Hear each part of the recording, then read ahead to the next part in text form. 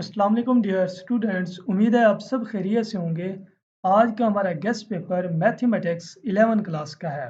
इसको मैंने पोर्शन के अंदर डिवाइड किया है। जैसे पेपर के अंदर पोर्शन बने हुए आते हैं, question number 2 short question, question number 3 short question, question number 4 short question, उसके बाद क्वेश्चन नंबर 5 6 7 8 के अंदर लॉन्ग क्वेश्चन आते हैं। इसी तरह से मैंने इनको तरतीब के अंदर लिखा है। जो भी लड़का या लड़की इस क्वेश्चन को याद कर लेंगे, वो समझ लें उसके 100/100 मार्क्स जो है वो आ जाएंगे। इसको सबसे पहले इसका क्वेश्चन नंबर देखें, prove that the rule of addition.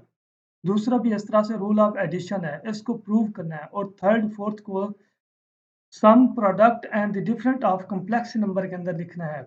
इस तरह से ये एक एक क्वेश्चन को देखते जाना है और लिखते जाना है। इससे आपकी अच्छी तैयारी हो जाएगी। और नीचे देखें, ये फैक्टराइजेशन वाले क्वेश्चन आ गए हैं। इसके बाद ये मल्टीप्लिकेटिव इनवर्स और ये प्रूव दैट, ये लाजमी तौर पे देखेगा। प्रूव दैट लाजमी आता है, जी का conjugate is equal to z is the real number और नॉट रियल नंबर। किस तरह से सॉल्व करते हैं। इसके बाद है question number 16 17 18 19 19 very very most important. इसके बाद 20 21 22 write the proper of subset, किस तरह से सबसेट को लिखा जाता है और इनके सेट के अंदर पावर किस तरह से आती है। सबसे पहले एक बात याद कर लीजिएगा, डी मास का कानून जो होता है वो यहाँ पे लगता है। सबसे पहले जो होते हैं चीज़ों को डिवीजन की जाती है, उसके बाद एम मीन्स मल्टीप्लिकेशन, ए मीन्स एडिंग और एस मीन्स सब्ट्रैक्शन होती है लास्ट के अंदर। बच्चे बाज़ औक़ात भूल जाते हैं कि प्लस माइनस को वो पहले लिख देते हैं, उसके बाद डिवाइड कर लेते हैं। डी मास के कानून को याद रखना है। यहाँ पे लिख देता हूँ, DMAS, M A S. D means division, M means multiplication, A means adding, S means subtraction इसके अंदर होता है। इसके बाद देखें, इसके क्वेश्चन के अंदर 5 एंड x, ये 24 वेरी वेरी इंपॉर्टेंट है शॉर्ट क्वेश्चन। इसके बाद 25 जो है ये भी इंपॉर्टेंट शॉर्ट क्वेश्चन है। और A B as a square matrix as the same order. ये जितने भी मैंने शॉर्ट क्वेश्चन लिखे हैं, ये पूरे के पूरे मोस्ट इंपॉर्टेंट शॉर्ट क्वेश्चन है। इन्हीं को याद कर लेना है और इंशाल्लाह पेपर भी इन्हीं में से बन जाएगा। इसको एक्सपेंशन किस तरह से करते हैं, विदाउट एनी एक्सपेंशन किस तरह से करते हैं, ये खुद देख लीजिएगा। इसके बाद है क्वेश्चन नंबर 30 भी शो दैट, किसके अंदर शो दैट, कैसे सॉल्व करना है इसको, विदाउट एनी एक्सप्लेनेशन वेरीफाई। और 32 है इसके अंदर क्वेश्चन। और 33 है solve the equation of factorisation. इसकी तजज़ी जो होती है वो किस तरह से की जाती है, ये भी मोस्ट इंपॉर्टेंट है इस चैप्टर का। 34 जो है question number, x power 3 minus Y की पावर 3, देन किसके अंदर होता है x minus Y into X minus omega Y into X minus omega square Y. ये किस तरह से इसको सॉल्व करते हैं। एवेल्यूएट है 35, ये भी मोस्ट इंपॉर्टेंट है। 36 भी मोस्ट इंपॉर्टेंट है।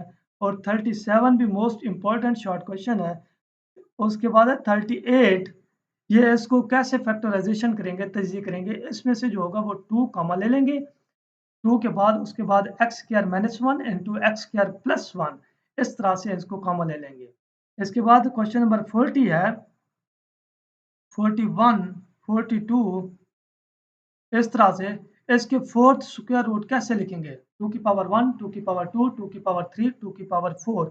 इस तरह से जो होंगे इसके जो रूट्स होंगे वो जो होंगे वो 16 तक पहुंच जाएंगे।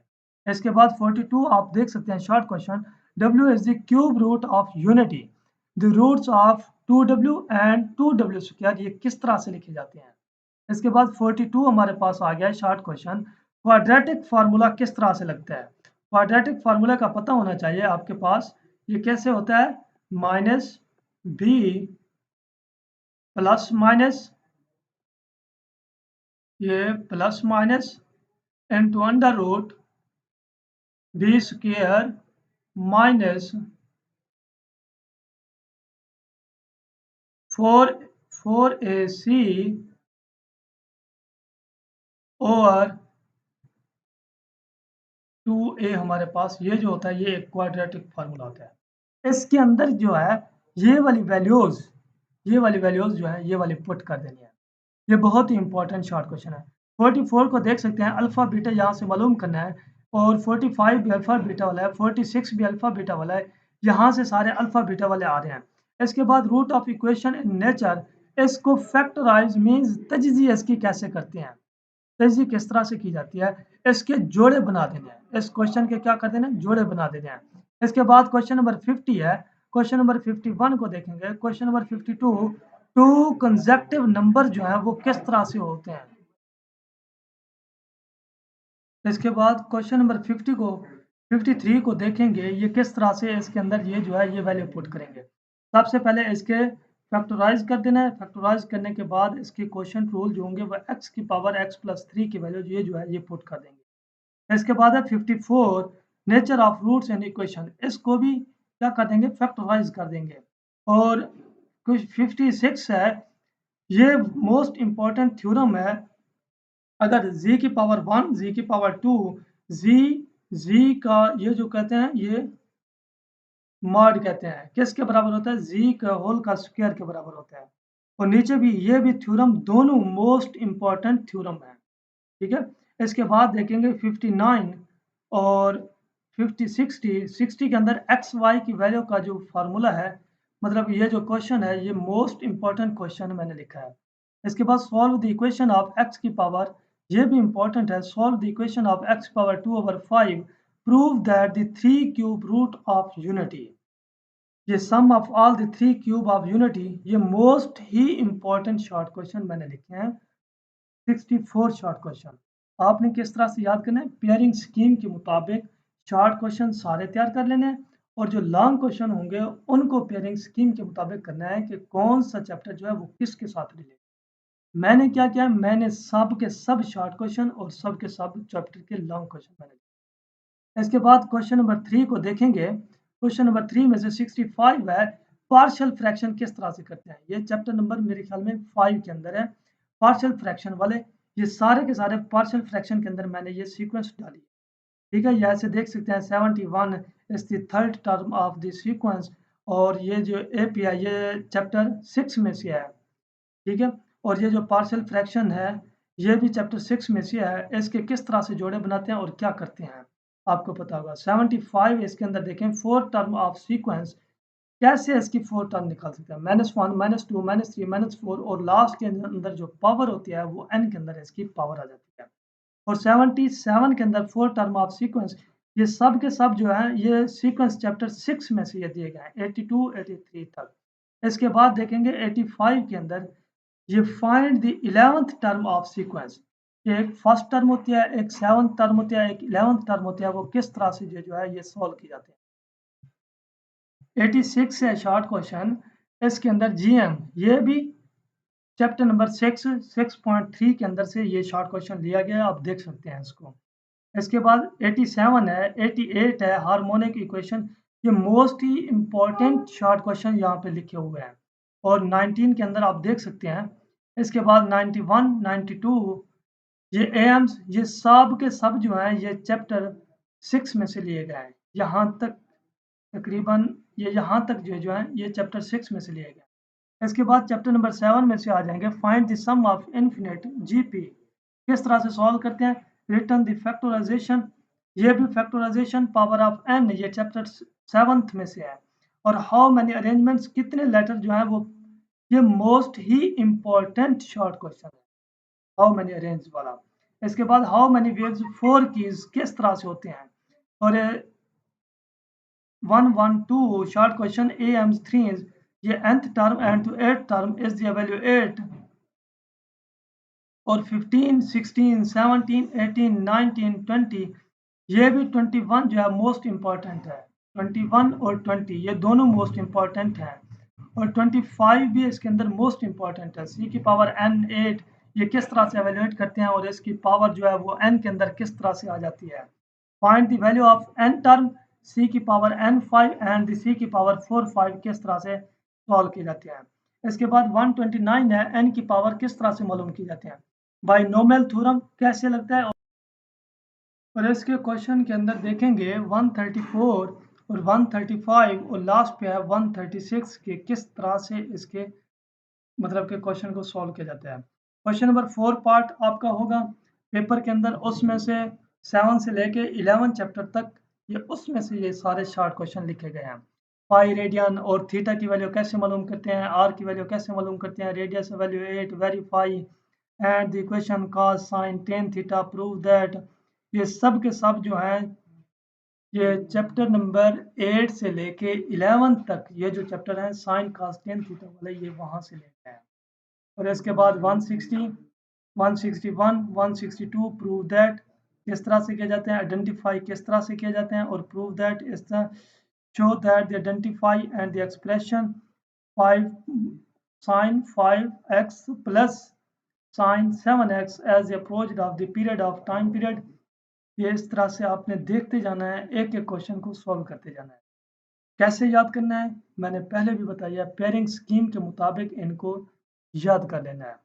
किस तरह से मतलब कि जो जिसके साथ रिलेट कर रहा है चैप्टर उसी में से ये चैप्टर के अंदर ये क्वेश्चन ढूंढ लेने और वहीं से अपने क्वेश्चन जो है ये आपने तैयार कर लेने हैं। इसके बाद बढ़ते हैं लॉन्ग लॉन्ग की जानिब, जो कि 2 लॉन्ग आएंगे। इसमें से क्वेश्चन नंबर 5 जो होगा आपका लॉन्ग क्वेश्चन पार्ट होगा, और ये किस तरह से होगा, ए बी इनवर्स ये जो चैप्टर नंबर 1 में से लिया गया है, और ये भी इस तरह से चैप्टर नंबर 1 में से लिया गया है। 1 ओमेगा ओमेगा स्क्वायर ओमेगा की power 3, very very most important ये लॉन्ग क्वेश्चन है।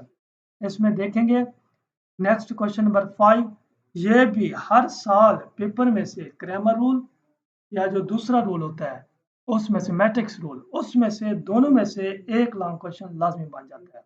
आप इन दोनों को देख लीजिएगा, ये मैंने दोनों जो है ये यहाँ पे क्रैमर रूल की जानब से लिखे हैं। ये भी मोस्ट इंपॉर्टेंट है और ये नॉन ट्रिविएंट सॉल्यूशन है।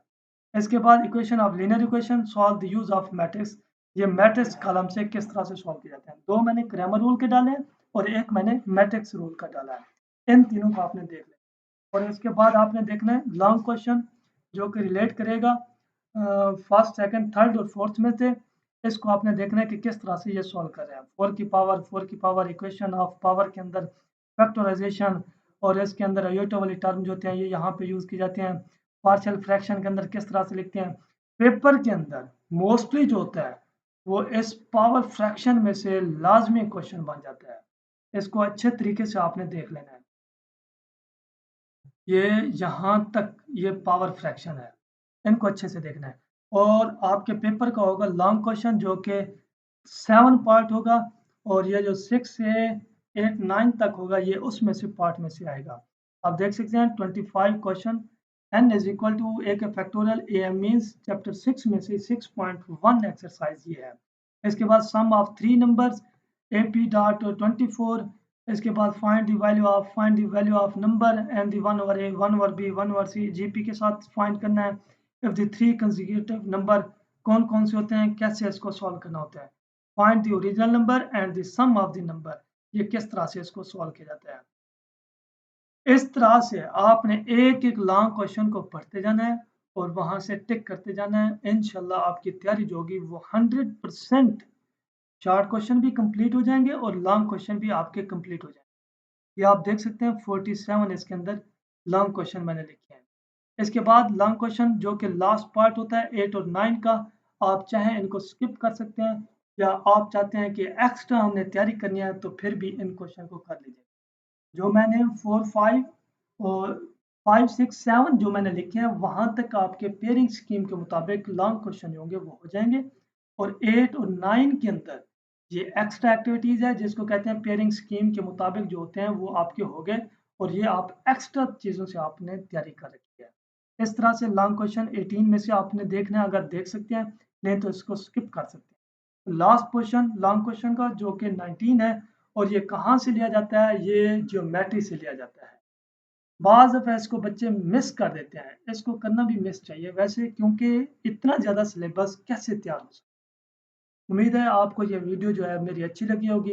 अगर आपको ये मेरी वीडियो अच्छी लगी है गेस्ट पेपर, तो हमारे चैनल ग्लोबल एकेडमी 1 2 को सब्सक्राइब कर दें, ताकि बेल आइकन के बटन को दबा दें ताकि आने वाली हमारी नई अपडेट्स जो है वो आपको मिलती रहे।